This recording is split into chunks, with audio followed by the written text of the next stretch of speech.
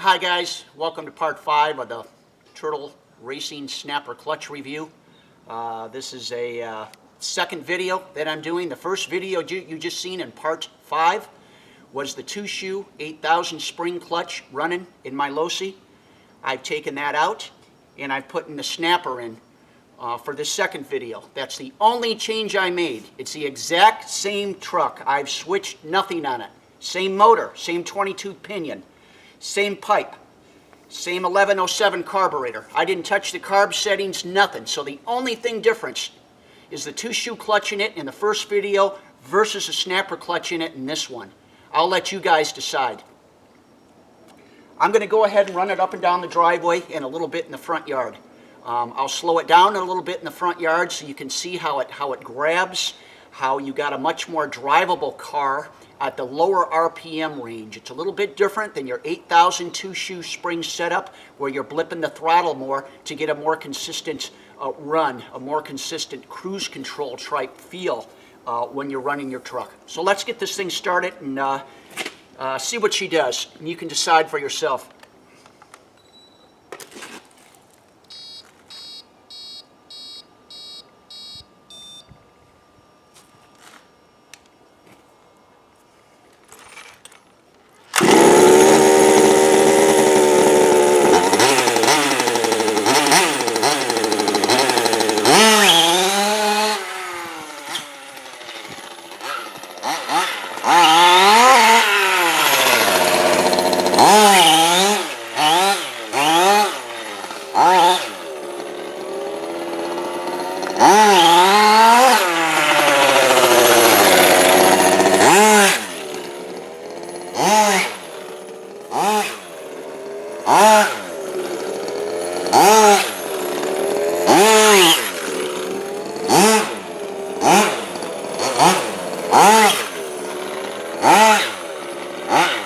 Once again, it's got a different feel than your 2-shoe clutch.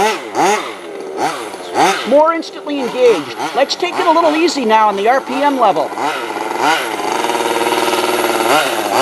Kind of go slow and flip it around.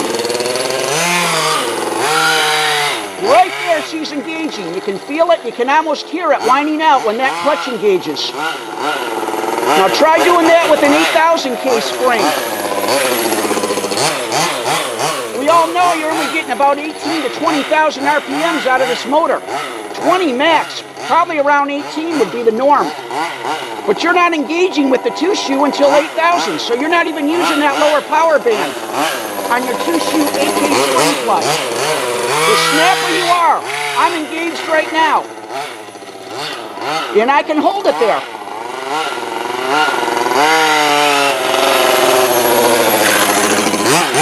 Just a much more drivable car, in my opinion.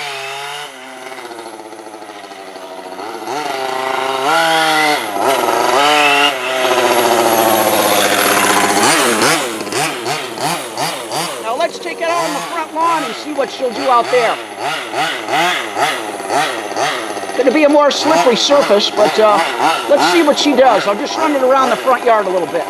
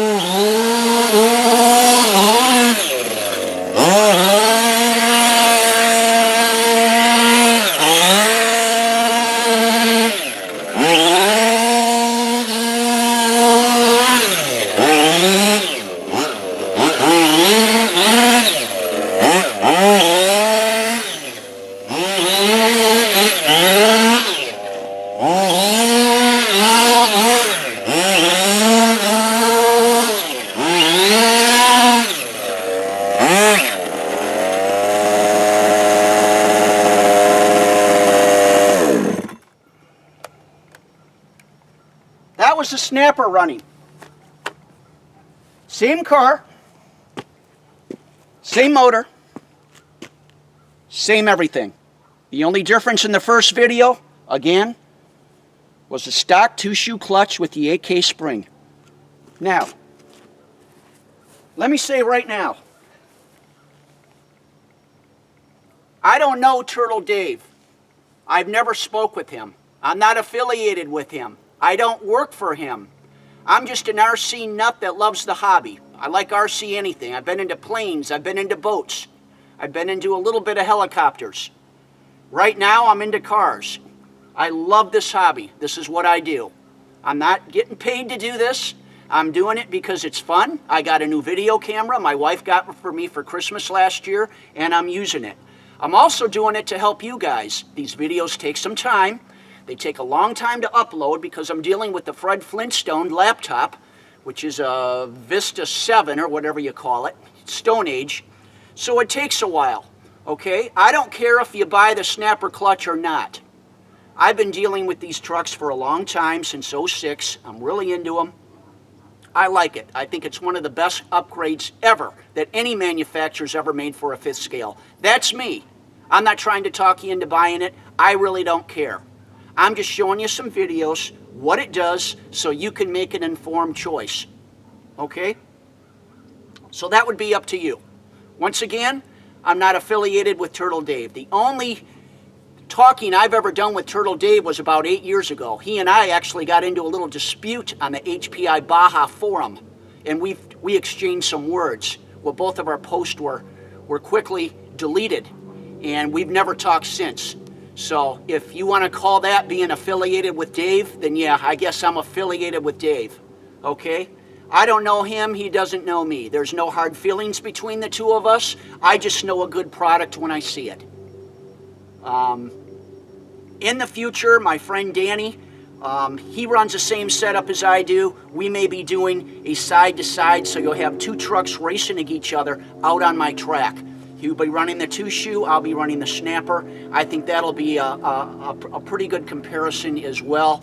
I don't know if that's going to happen or not, but at the very least, I wanted to show you the difference in my truck, the snapper versus the 2-shoe 8K spring.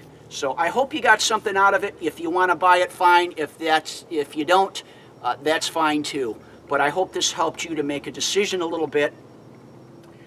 I personally think for 126 bucks for the clutch, and that includes the basket, at least on my setup, I think it's worth it.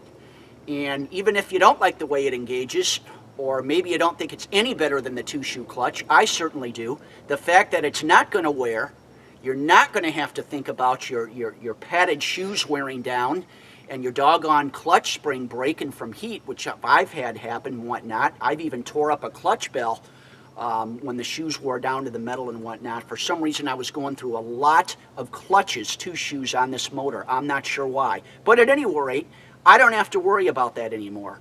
I'm also not getting any fade while on the track.